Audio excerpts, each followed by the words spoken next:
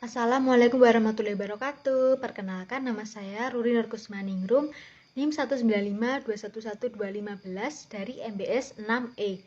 Di sini saya akan mempresentasikan hasil dari diskusi kelompok kami yang mana berjudul Business Plan mengenai Boba Tea House. Berikut ini yang pertama yaitu latar belakang di era sekarang ini dalam menjual produk maupun jasa semakin banyak, sehingga banyak para pengusaha dan pelaku bisnis menawarkan produk maupun jasanya dengan berbagai macam cara agar konsumen tertarik untuk membeli produk atau jasa yang dijual.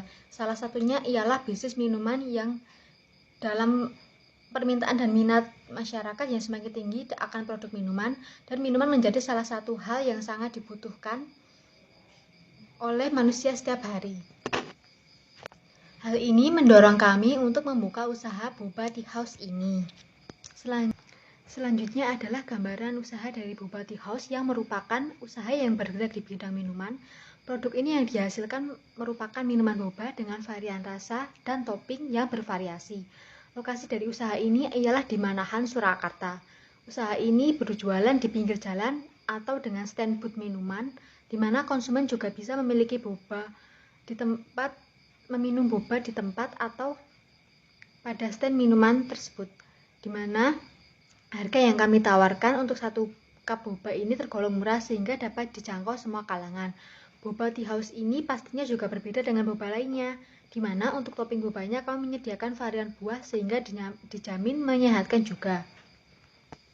Boba ini juga terjamin halal serta tercatat pada BPOM dan menyehatkan. Selanjutnya yaitu aspek hukum. Aspek hukum pada Boba Tea House ini sendiri sudah mendapatkan izin dari pemerintah setempat, dan untuk jenis usahanya sendiri adalah persekutuan komanditar atau CV, di mana suatu perseroan yang dibentuk antara satu orang atau beberapa orang yang secara langsung bertanggung jawab untuk seluruhnya pada satu pihak dan satu orang atau lebih sebagai pelepas uang untuk pihak lain. Kesimpulan dari aspek hukum ini, Boba Tea House merupakan bisnis yang berbentuk CV karena didirikan oleh beberapa orang. Dilihat dari penilaian aspek di atas, dapat disimpulkan bisnis ini mampu mendapatkan izin usaha karena memenuhi persyaratan yang berlaku. Aspek yang selanjutnya adalah aspek lingkungan. Yang pertama, lingkungan jauh. 1. Analisis sosial. Masyarakat saat ini menyukai minuman atau makanan yang memiliki nilai estetika dan unik. Yang kedua, nilai analisis ekonomi. Minuman boba ini memiliki rate harga yang cukup murah dan dapat dijangkau oleh semua kalangan. Boba Tea House ini memiliki rate harga antara 10.000 sampai 25.000. Kita sudah menikmati makanan yang unik ini. Yang ketiga, analisis politik. Ide bisnis minuman boba ini pastinya bisa berkembang di lingkungan masyarakat apabila memiliki izin dari daerah setempat berupa NIB. Yang keempat adalah analisis teknologi. Dalam proses pemasarannya, boba sendiri ini tersedia dalam platform aplikasi seperti GoFood dan ShopeeFood, sehingga memudahkan pelanggan untuk membeli. Yang kedua adalah lingkungan operasional. Ada pesaing. Dalam membangun sebuah bisnis ini pastinya muncul pesaing, yang mana Boba Tea House ini memiliki saingan seperti Street Boba dan Madagaskar. Yang kedua adalah pemasok. Diperlukan bahan-bahan untuk membuat boba dan bahan pendukung seperti susu, karamel, dan sirup. Yang ketiga adalah pegawai. Dalam usaha boba ini, pegawai yang pastinya kita rekrut adalah yang cakap, sopan, dan ramah, sehingga dapat melayani konsumen dengan baik. Yang selanjutnya adalah pelanggan. Minuman boba ini dikonsumsi untuk kalangan menengah ke bawah dan ke atas, sehingga boba ini cocok diminum oleh pelanggan dengan pencinta rasa manis dan dingin. Selanjutnya adalah aspek pasar dan pemasaran. Yang pertama, aspek pasar mengenai segmentasi geografis. Segmentasi yang ditetapkan oleh Boba Tea House ini adalah masyarakat yang berdomisili di wilayah Surakarta dan sekitarnya. Boba Tea House dijual di lokasi yang strategis seperti pinggiran area Manan, Surakarta. Yang kedua, segmentasi demografis. Boba Tea House ini melakukan segmentasi demografis sebagai berikut ini. Yang pertama, usia dan siklus hidup. Boba Tea House ini adalah usianya untuk 8 tahun ke atas, dengan segmen pasar tersebut daya beli yang cukup baik. Sedangkan segmen konsumen Boba Tea House adalah mulai dari usia anak-anak hingga usia dewasa. Yang kedua, jenis kelamin. Boba tea house ini adalah untuk laki-laki dan perempuan yang menyukai minuman manis dan dingin. Yang ketiga adalah pendapatan. Pada segmentasi boba tea house ini, pendapatan masyarakat mulai dari 500.000 hingga 1 juta per bulan.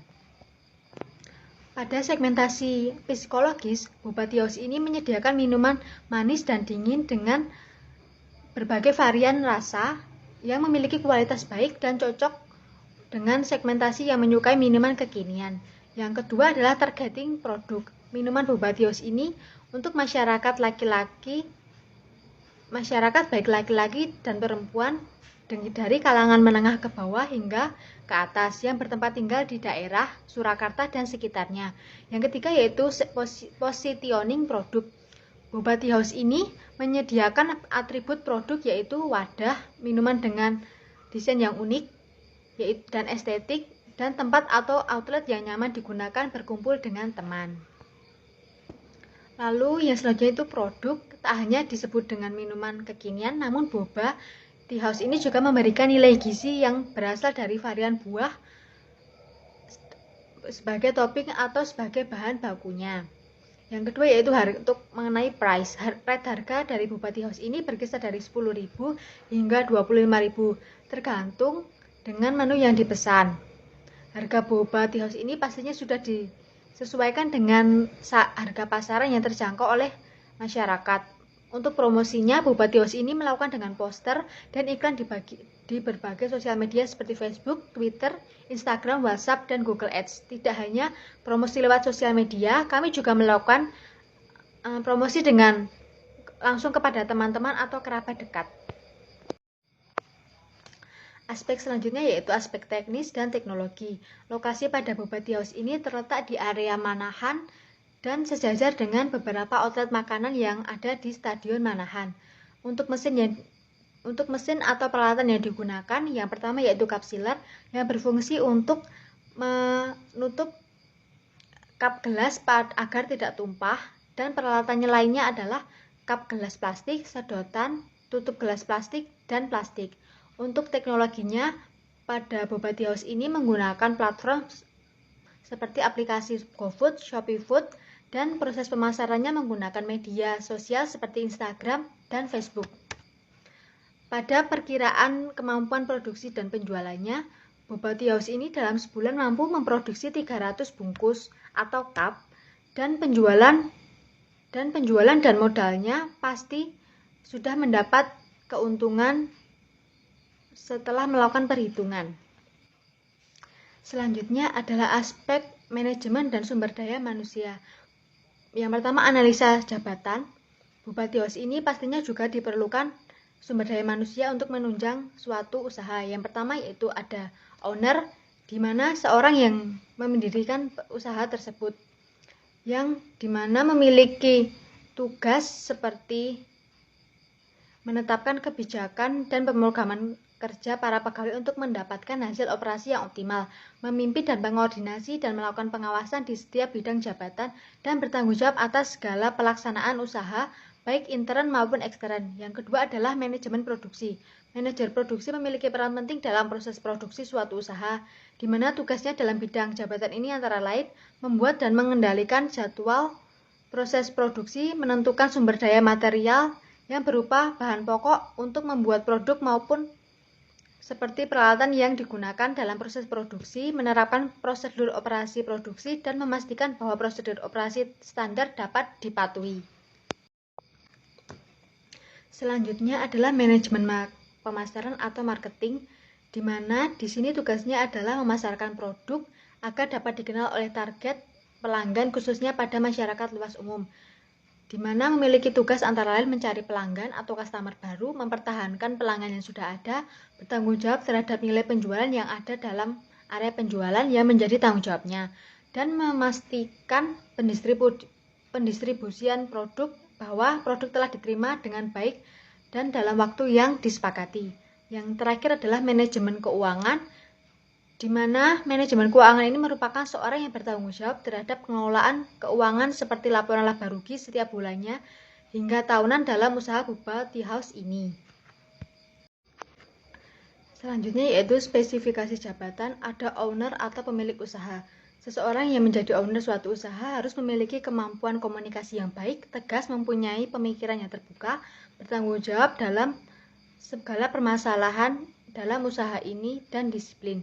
Yang kedua yaitu manajer produksi. Untuk menjadi manajer produksi dalam usaha diperlukan spesifikasi seperti harus cekatan dalam bekerja, memutuskan solusi masalah, jujur, bertanggung jawab, teliti, dan detail, dan bisa bekerja sama dalam tim. Selanjutnya yaitu manajemen pemasaran. Seorang manajer pemasaran harus memiliki sifat yang ramah. Hal itu digunakan untuk menarik minat konsumen agar tertarik pada produk boba tea house ini. Yang keempat adalah manajer keuangan. Manajer keuangan harus memiliki keterampilan dan pengetahuan dalam membuat laporan keuangan, jujur dan teliti dalam membuat laporan, dan harus bertanggung jawab atas apa yang dikerjakan dalam laporan pada boba tea house ini. Berikut dilampirkan struktur organisasi pada boba tea house ini. Yang pertama ada owner, yang kedua manajemen keuangan, lalu manajemen produksi, yang ketiga manajemen pemasaran. Selanjutnya adalah aspek keuangan. Berikut ini merupakan rincian dari biaya tetap dan biaya variabel, yang dimana biaya tetap memiliki rincian seperti cup-sealer, booth minuman, blender yang jumlahnya Rp2.300.000.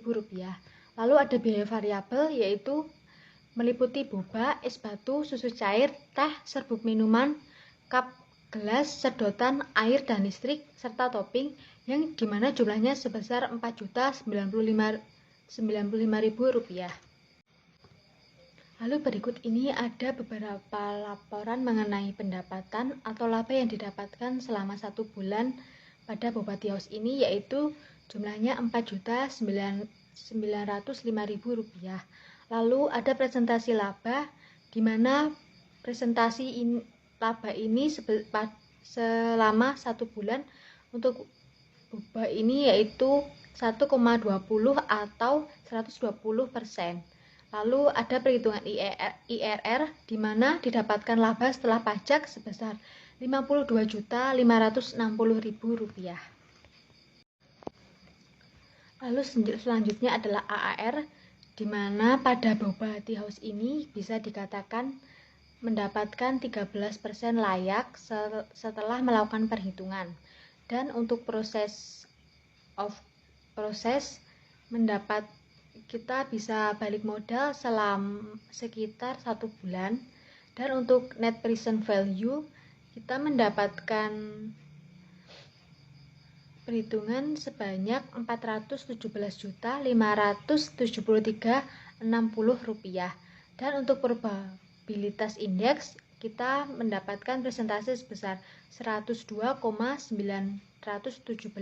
Selanjutnya, berikut ini merupakan video dari proses pembuatan minuman boba tea house. Selamat menyaksikan.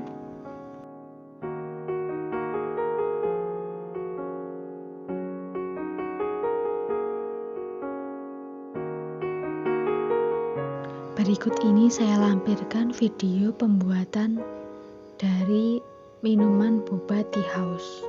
Selamat menyaksikan. Terima kasih.